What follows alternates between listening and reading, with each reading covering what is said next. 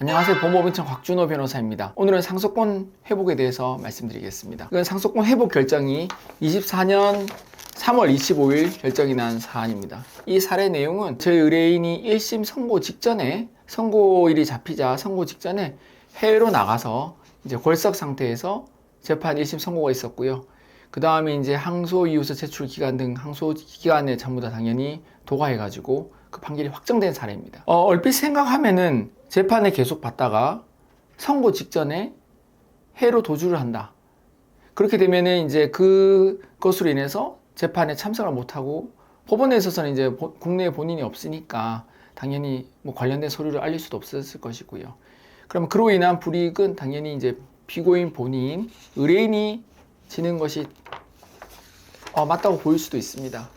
하지만 저희는 이 모든 과정에 있어서 절차 진행 사항을 면밀하게 하나하나를 끊어서 검토를 했습니다. 그래서 법원에서 의뢰인에게 소지 탐지를 제대로 했는지, 또는 제대로 알아볼 만큼 노력을 했는지, 심지어는 연락이 닿을 수 있었는지, 이런 부분에 대해서 하나하나 꼼꼼하게 알아본 끝에 실제로 저희 의뢰인이 선고 직전에 법원에 별도에 당연히 연락을 알리지 않고 해외로 나간 것은 맞지만, 그러나 법원 입장에서도 소지 탐지나 촉탁 이런 부분을 통해서 피고인의 현재 주소지를 제대로 알아보려는 노력을 다하지 않은 것이 아니냐, 이런 부분을 주장하여 그것이 받아들여진 것입니다. 피고인의 배우자의 주소와 그리고 휴대전화번호가 기록상 나와 있는데도 불구하고 법원에 있어서는 왜 이걸 알리지 않았냐, 이쪽으로 왜 연락을 안 해봤냐는 부분을 저희가 적극적으로 주장해서 이것이 받아들여져서 상속권이 회복된 것입니다. 상당히 이 의뢰인은 처음에는 본인이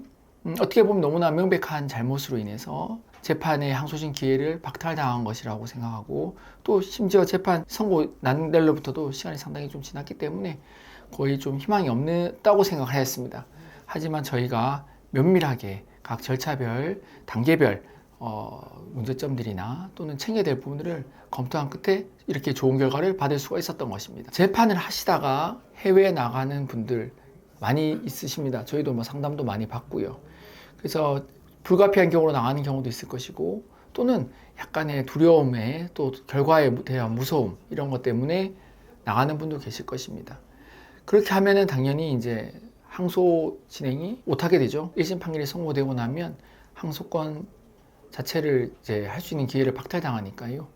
그렇지만 너무 좌절하거나 무조건 안 된다고 생각하지 마시고, 이런 경우에 있어서도 저희랑 면밀하게 검토하면 저희가 이처럼 좋은 결과를 받아들인 전례가 있으니 상담을 해보시기 바랍니다. 이 사안 외에도 저희가 다양한 상속권 회복에 있어서 좋은 결과를 받아들였었는데요. 법문이나 판례에서 설시한 경우보다 실제적 진행을 했을 때 그 요건에 대비해서, 또는 판례가 설치하여 있는 조건에 대비해서 좀 더 빡빡한 경우가 있고, 의외로 조금 법원에서 좀 여유 있게 봐주는 경우가 있습니다. 얼핏 생각하면은 상소에 대한 요건이라든지, 즉 대법원 상소에 대한 요건은 조금 빡빡하게 보이는 쪽이라면은 상속권 회복은 의외로 재판부가 다소 좀 넓게 기회를 주는 편입니다. 물론 판례에 있어서나 뭐 법문에 있어서 조건은 딱 명확하게 나와 있지만, 그래도 가급적 저희가 여러 가지 경험상을 봤을 때 재판부는 상속권 회복 자체는 웬만하면은 조금은 받아주는 쪽으로 이렇게 움직이는 경향이 있다는 것을 말씀드리고 싶습니다. 그 이유는 저희가 생각했을 때 물론 재판 도중에 뭐 어떤 이유건 재판을 못 받게 된 것은 피고인 잘못이건 법원에 다소의 과실이 있건 어떤 경우건 그래도 최소한의 재판을, 즉 항소심을 받을 기회는 주자, 이런 느낌인 것 같습니다. 따라서 이러한 것을, 기회를 받아내기 위해서는 당연히 그에 대한 명분이 있어야 되겠죠. 그래서 그런 명분을 저희가 찾아드리는 것입니다. 오늘 사례에 있어서도 이처럼 상속권 회복에서 저희가 좋은 결과를 받아들였습니다. 다소 절망적이거나 답답하다, 저는 꽉 막혔다 생각해가지고 혼자서만 좌절하지 마시고 관련된 전문 변호사와 상담하면 길이 있을 수 있습니다. 이 사례가 바로 그런 것입니다.